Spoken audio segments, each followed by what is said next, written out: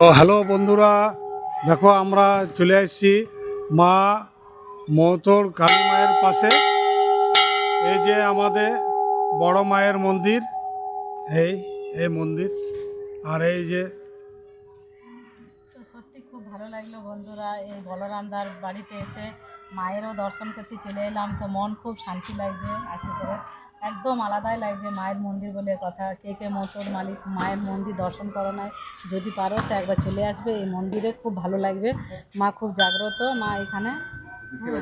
তো দেখতে পাচ্ছ বন্ধুরা, এদের চারপাশে দেখো মানুষ।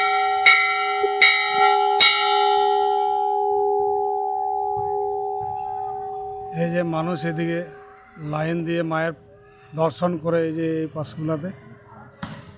আর দেখো তোমাদের মায়ের মন্দির, এই যে মায়ের ঘন্টা সামনে আছে।